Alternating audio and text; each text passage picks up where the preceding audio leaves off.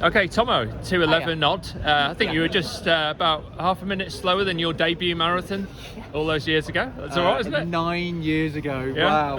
Yeah. That was because I haven't run that course since 17. I think it is because in what was it? 18 didn't run, 19 didn't run, 20 was around the mile, and then I missed a few. So I forgot how awesome. You don't forget, but you do. But I forgot how you literally, there are people on the whole way. It's 26 miles of cheering. It's just nothing like it. It's just. Is it my imagination, or did you look a bit emotional coming down? I was holding back the mile at the end. Yeah. Because that's a particularly noisy and atmospheric bit, isn't it? Yeah. Oh man, flipping it. Yeah. I've got you there saying that.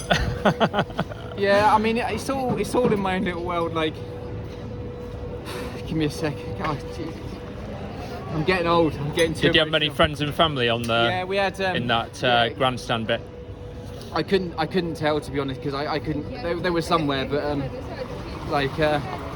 there was so many people shouted Tomo, Chris, because obviously I got Thompson, but called me by my name, and oh my God, I need to stop running in races. I don't know. I just feel like I'm on borrowed time, and it's really I just really feel lucky to still be doing it and working hard and pushing my body as hard as I can. And mate, I was alright a second ago. And the marathon is emotional, though, isn't it? And I could tell when you were coming down the mall at the end that you. I was really trying to. I glanced at your face on the. We were watching it on a monitor in the media room there, and your face looked like it was. I was tearing up inside. Yeah.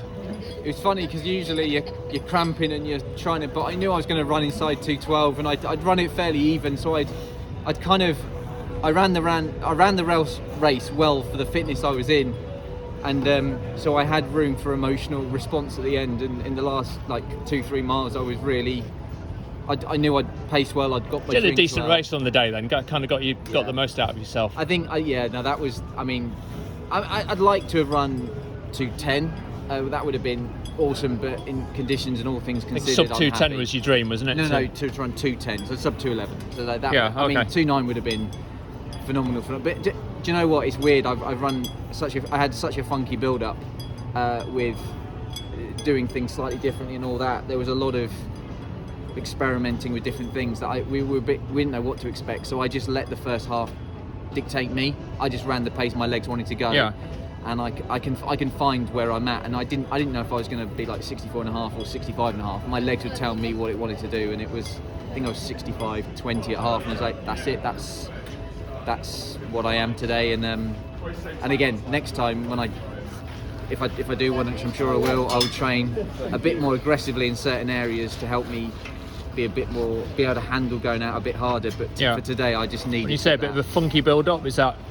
Funky build-up just in injury terms of problems or no. So I was in altitude before this. So when I don't usually. So just doing things slightly differently to how you've done it in the past. I was doing a lot, not as longer runs, and doing shorter, faster bits. So sort of almost half marathon stuff with a view that not to overdo at altitude and to let the shoe, the modern shoes and the altitude do the talking for me. So it was I was a bit like, I know I can get to 17-18 miles, but the last 6-7 usually I've gone to that place in training, and I didn't this time. But so my leg conditioning was the thing that I hadn't really done, but that I just wanted to be healthy. I just wanted to get on the start and be healthy. So if I add that in next time, it'll be interesting, because when I was running, my legs just wanting to do what they were doing. I just let them tell me what they wanted. So that's what I mean by funky. It was just but I've had actually a consistent 4 months, which I didn't get last year for one reason or another. So I'm just really happy to have been consistent, had a nice positive experience. Was Gemma here at the finish? Was she? She will be somewhere. I need to find her. I mean, Theo probably is trying to run the last 3 miles of the mile and try to break through security at the moment. So how does Alan watch it on race day? Does he get out on the course, or is he at the finish? Well, he usually comes. Unfortunately, he wasn't able to stay here, so he's actually in Devon with Zara. So, all right.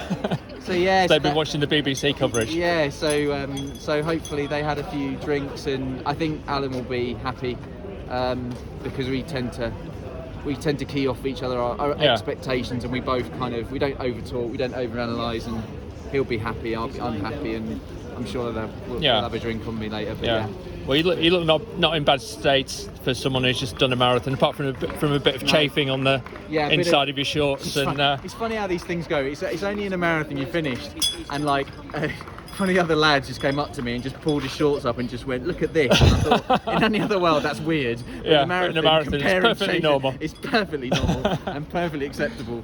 But I didn't. Again, you don't notice it till you finish, and you go, right, what's sore? But the hamstrings, the way hamstrings get you, crikey, they just cramp.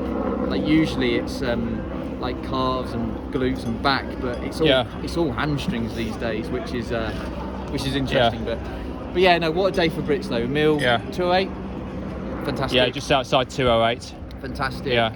Great run from Phil. I saw. Most stuck in there with around about 2:10:20 odd, I think. Here's a statistic, but you can look it up. When was the last time 4 Brits from inside the top 10? Yeah, that's a good point. I just thought, because I didn't know I had no idea what position. Like Mike said to me, I was 10th, and I was like, whoa! I didn't realise he was Mo in front of me. And so, wow, I mean, that's four of the top 10. So 6 it's a good day for British marathon running. I mean, and to be fair, the men were, in a way, second fiddle to what the women were going to be until, unfortunately, a lot of pullouts. But I'm proud. One of them coming now, Phil Sesman. Phil, do you want to speak to him? I was going to, Phil, give the AW Cheers, man Chris.